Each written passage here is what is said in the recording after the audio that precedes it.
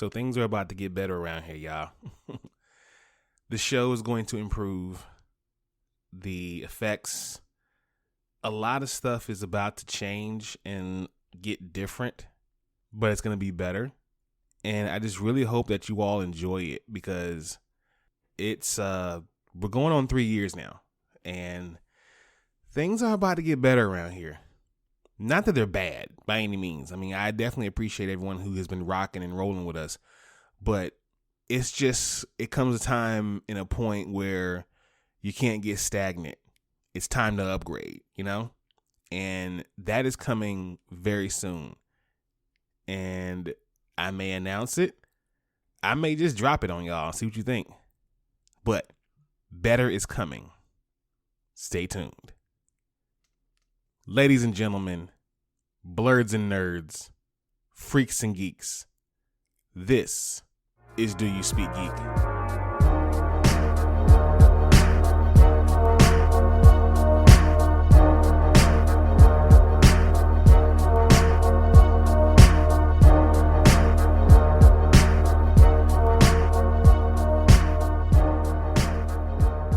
Welcome everyone. This is Do You Speak Geek?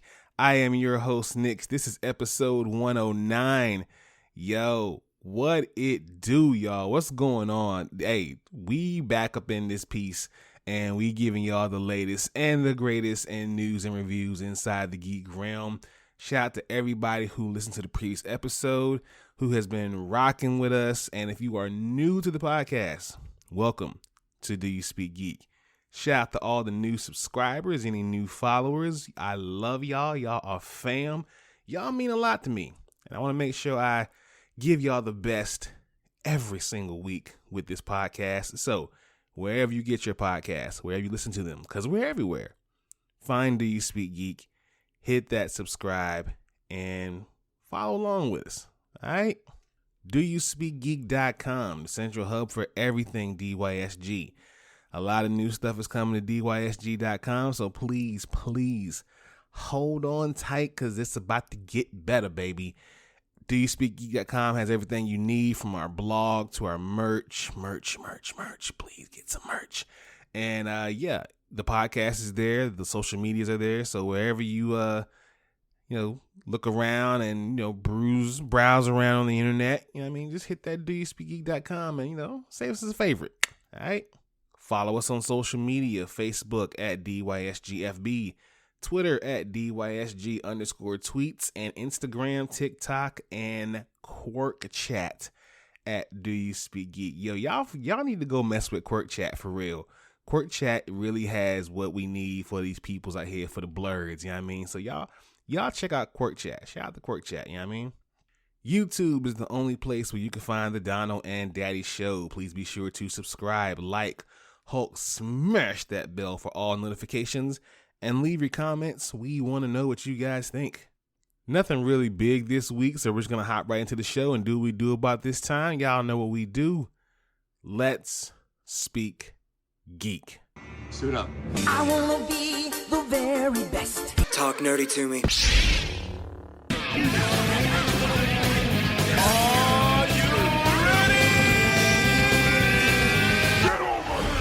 All right, people, we got reviews coming at you at rapid fire. We have the Bel Air premiere.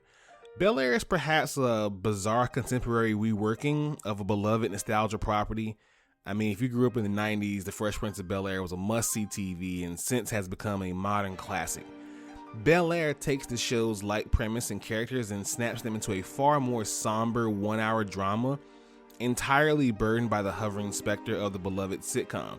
The series has the acting talent to be its own thing, but it feels a bit unfair to burden the ensemble so overwhelmingly with those who played them before. It does kind of come off as though they're trying to portray these characters differently, but it's always going to have this iconic show hovering above them. If they go past one season, I'll be surprised. The King of Fighters 15. Jesus, they are still making King of Fighters games? Wow. Feels still left in the past when it comes to single player offerings, but what it lacks in ambition, it makes up in solid fundamentals and great netcode. that make the online experience the best the series has ever seen. So if you're a fan of King of Fighters and you've been playing for the last 15 editions, get this one too. Kimmy. Steven Soderbergh's Kimmy follows an agoraphobic tech worker forced to venture outside when she finds digital traces of a violent crime. With a simple but effective script, and of course shout out to Zoe Kravitz, and some fun visual experiments, it's an entertaining conspiracy thriller set in and very much about the post-pandemic world. Good job there, Steven. Maybe you can focus on making your films, not worrying about superheroes having sex. And finally, we have Death on the Nile. It takes Death on the Nile far longer than it should to reach its most impactful moments, but actor-director Kenneth Branagh cares deeply enough about Detective Poirier to make it work. While serviceable as a murder mystery and surprisingly plain as a story of opulence, the film ultimately succeeds when Branagh turns the camera away from digital settings and occasionally fakes supporting performances and points at himself. I was really excited about this one. I mean, I'm just a sucker for an ensemble cast, but yeah, this one could have been a little better. All right, let's go ahead and hop into my favorite portion of the show. Y'all know the vibes. Source Wall. Man, you come right out of a comic book. Behold the source wall. Can you read, my son? Well, that depends.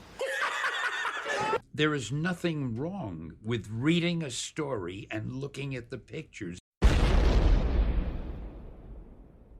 Enough said, Stan. The pull list this week, we have Marvel Voices Legacy #1. This one has a personal touch for me. I'm really looking forward to this one on a personal level. Stormbreaker Natasha Brutos makes her writing debut with a gorgeous tale of Wakanda. Superstar novelist Victor Laval writes Moon Girl like you've never seen her before. Jessica Jones and Cloak and Dagger TV writer Jay Holtman explores the legacy of Sam Wilson, Captain America. Amazing Spider-Man scribe Cody Ziegler visits Marvel's Black heroes through the ages in a celebration highlighting Luke Cage's 50th anniversary. And there's so much more to come, including an incredible lineup of new and established artists. Marvel's Voices is the program for every fan. Don't let this one pass you by. Got a close personal friend, doing something in the beginning, of the book. Y'all might know her. Her name's Karma Horn, the Blurred Girl. Shout out to you, mama. Appreciate your help, everything you've done for me. But yeah, definitely get this one. Batman The Knight 2. Bruce Wayne's journey toward becoming the Dark Knight has begun, and he has many hard lessons to learn before his education is complete. His adventure begins in the City of Lights, Paris, where he'll train with a world-renowned cat burglar and come into contact with a horrifyingly serial killer stalking the city's wealthy elite. It's nice to see a new take on him training to become Batman. I like this. King Spawn 7. Spawn returns to where his journey began, New York City. The city has always had the touch of filth in its streets, but now the rot has reached the boardroom of one of the largest hedge funds in the world. I mean, I don't see what Spawn has to do with hedge funds, but hey, it's Spawn. He can do what he wants. Nightwing 89, my guy. Superman Nightwing crossover. Years ago, when Robin took his first uncertain steps away from Batman as his own hero, Superman stepped in and offered Dick Grayson crucial advice, support, and a name, Nightwing. Now, it's time for Nightwing to return the favor, to be concluded in Superman Son of Kal-El #9 coming up in March. I like what they're doing with this book, and plus, Tom Taylor, with the way he's writing Superman Son of Kal-El and Nightwing, he is killing it. Shout out to Tom Taylor, that's my guy. Continue to kill it, my dude. Continue to kill it. And finally, we have Iron Fist #1. Who is the new Iron Fist? After giving up his power to save the world, Danny Rand believes he's seen the last of the Iron Fist. But when demons begin to attack cities around the world, a mysterious newcomer and a familiar mask appears. Hands blazing with the chi of Shao Lao the Undying. Who is this new Iron Fist? And does his power really come from the Dragon of Kunlun, or from something far more sinister?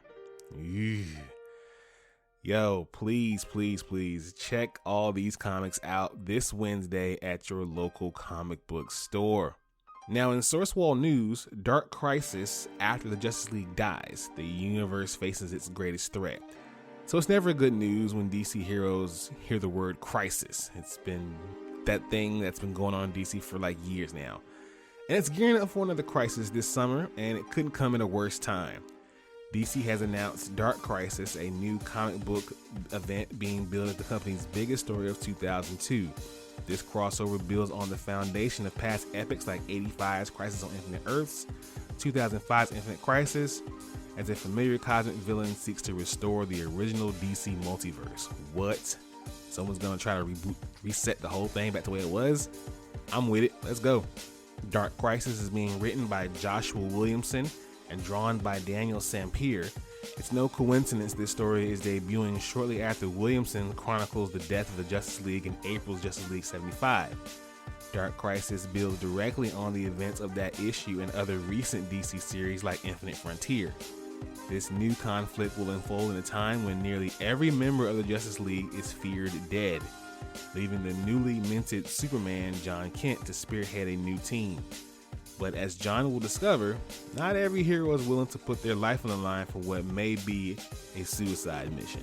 Well, folks, there you have it. We at least know one person who's gonna die and not make it out of Death of the Justice League. Supes is gonna kick the bucket, but who are the others? And what's this crisis all about? Who is this cosmic villain? Gotta wait till summer 2002, baby. Summer 2022. I'm stuck in the past. Let's watch this. Watch this, y'all. Thunder!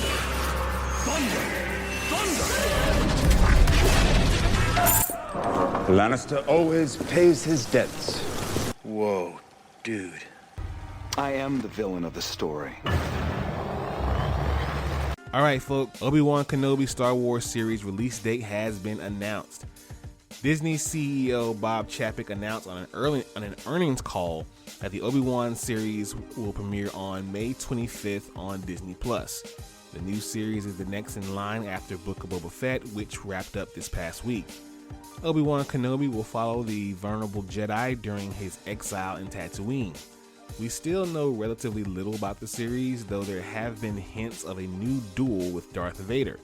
Actor Ewan McGregor recently opened up about the upcoming series as well. A few days ago, Disney Plus executive Brandon Sanganini accidentally teased the release of the month, saying our very own Obi-Wan Kenobi will be saying hello on Disney Plus May 2022. Now, we have the official confirmation that the series is indeed coming in May. This series is going to be pretty good. It's got to be pretty good if my wife's hyped for it. And she's like the low-key, not even really a low-key, it's like a low-key Star Wars fan in the house. But if she's hyped for it, it's got to be pretty good. I can't wait. It's going to be awesome. Futurama revival announced for Hulu. All right, and with most of the original cast. Let's go then. Futurama is being revived again. This time, Hulu has ordered 20 new episodes of the sci-fi animated comedy. Producer David X. Cohen and creator Matt Groening have signed on to bring this beloved animated series back, centered around a space delivery crew in the year 3000. Original voice members Billy West, Katie Segal, Tress MacNeille, Maurice LaMarche, Lauren Tom, Phil Lamar, and David Herm are all set to reprise their roles. Variety reports that John DiMaggio, who voiced Bender, is not currently attached. However, producers are hopeful that DiMaggio will sign back on with the series, otherwise the role will be recast. Well, we'll see what happens there. I'm just happy Futurama's coming back, and it should be pretty dope. Now here's what's not so dope. Daredevil, Jessica Jones, and all other Marvel TV shows are set to leave Netflix in March. So, Daredevil, Jessica Jones, as you can know, also Luke Cage, Punisher, and Iron Fist, and The Defenders are all set to leave in the beginning of March. IGN can verify that Netflix's Marvel TV shows are now on a preface with removal notice, which states that this show is available until March 1st. As you see when you play the show, it has a little message in the upper left-hand corner, leaving just a few weeks before these titles are removed from the streamer completely. Now, it's still up in the air where these series will wind up. Are they just in limbo? or will they end up on Disney Plus? The good guess is Disney Plus, but we'll have to see.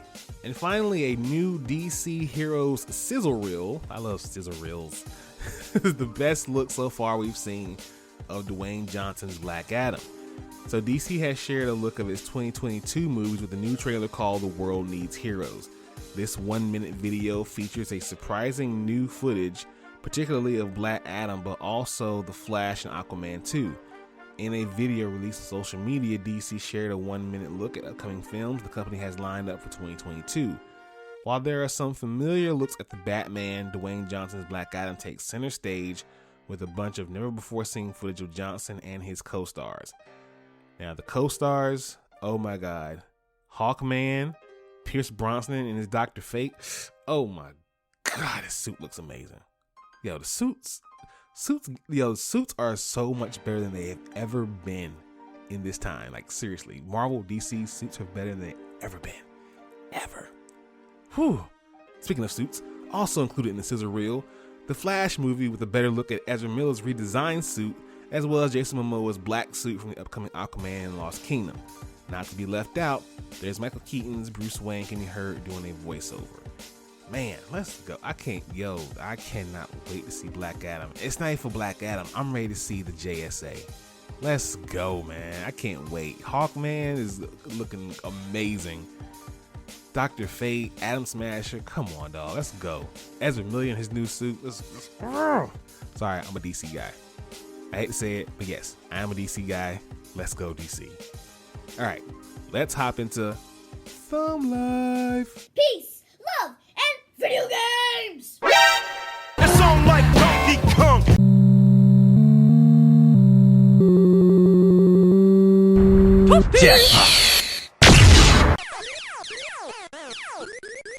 That man is playing Galaga.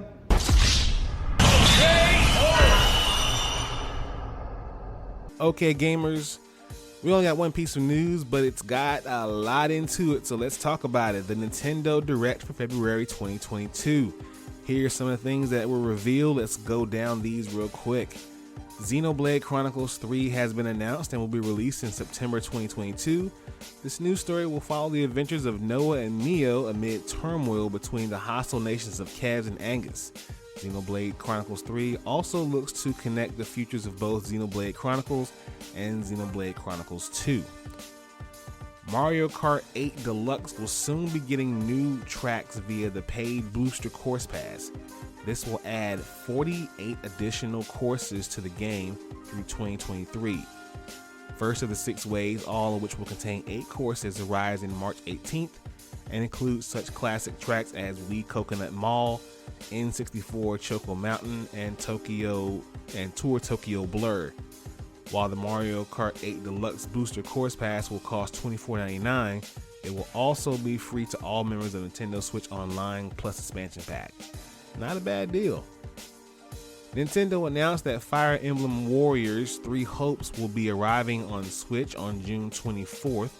This is the second Musou-style Fire Emblem game, and it looks to feature characters from Fire Emblem 3 Houses. Should be amazing. Fire Emblem is a dope game.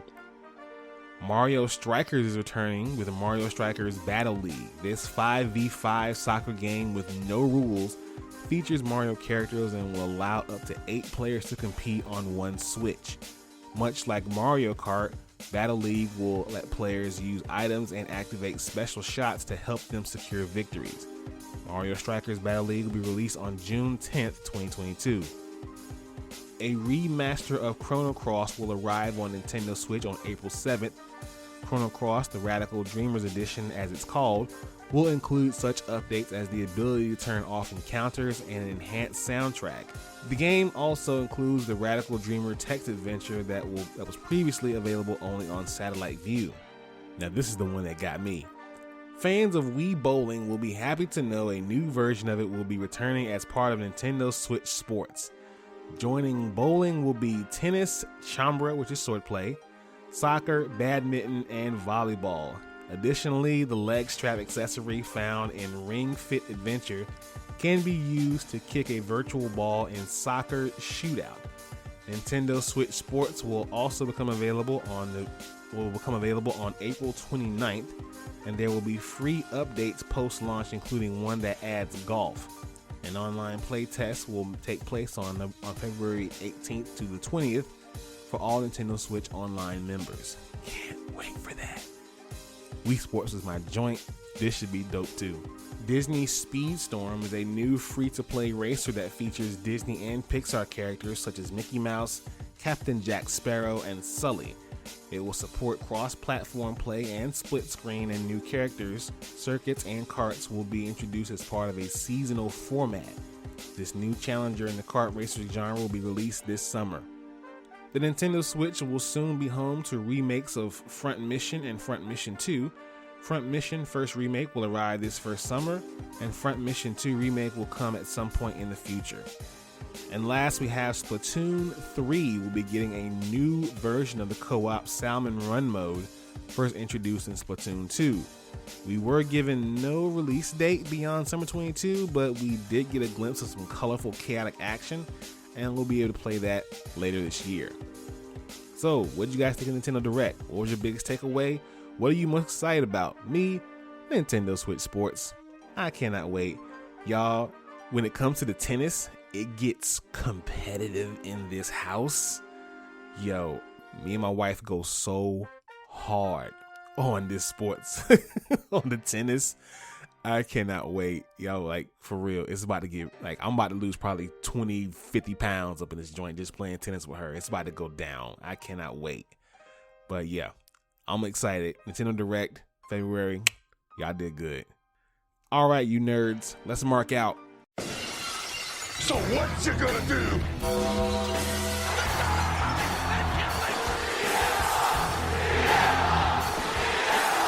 Goodbye and good night.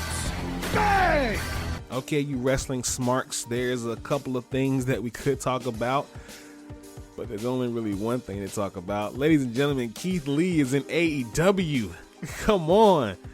Yo, Keith Lee officially debuted on this past week's AEW Dynamite. The former NXT and NXT North American champion was released. Sorry, let's clean that up. He was fired by WWE back in early November, and the 90-day no-compete clause in his contract officially expired last week.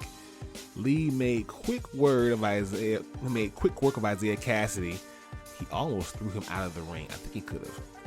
Earning himself a spot in the Face of the Revolution ladder match at the Revolution pay-per-view next month. Reports of Lee's arrival broke hours before the show, which also confirmed he had signed with the company, which was then confirmed by Tony Khan via Twitter.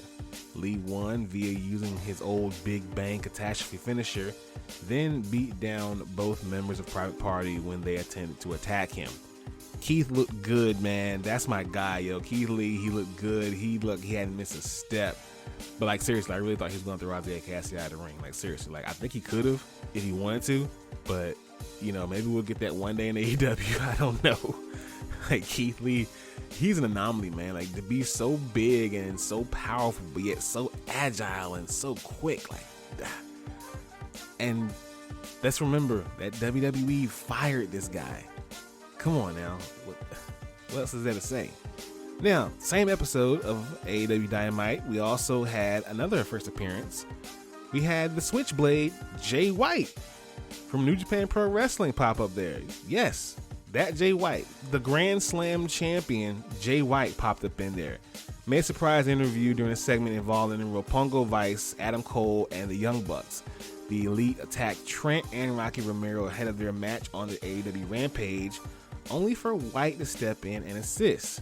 White has been one of the top members in Bullet Club over New Japan Pro Wrestling ever since the Elite left the group prior to the launch of AEW. The relationship between the current and former members of Bullet Club has been on shaky ground ever since. White famously interrupted Kenny Omega's successful Impact World Championship defense at Slammiversary last year, leading him to declare that Luke Gallows and Carl Anderson would not be admitted back into Bullet Club while bringing in Chris Bay. In terms of credentials, White is a former IWGP Heavyweight Champion and Wrestle Kingdom main eventer. It's unclear if White is joining the AEW roster or if he was simply making a cameo. Well, he did pop up at Rampage. let's see what happens, man. I mean, if we can have this Bullet Club Elite Civil War unfold over 3 promotions, AEW, New Japan Pro, and also Impact, yo, let's get it, man. I am all in. No pun intended. All right, y'all, that's the pod. I'm gonna go ahead and get out of here. Thank you all for listening. Please be sure to like this podcast, subscribe to this podcast, let your boy know what you think about this podcast. Visit the website DYSG.com. Follow us on social media, Facebook, Twitter, and Instagram, TikTok, and Quirk Chat. Check out our YouTube channel, like and subscribe to the videos there. As always, people, live to play, play to win to live. I speak geek. Do you speak geek?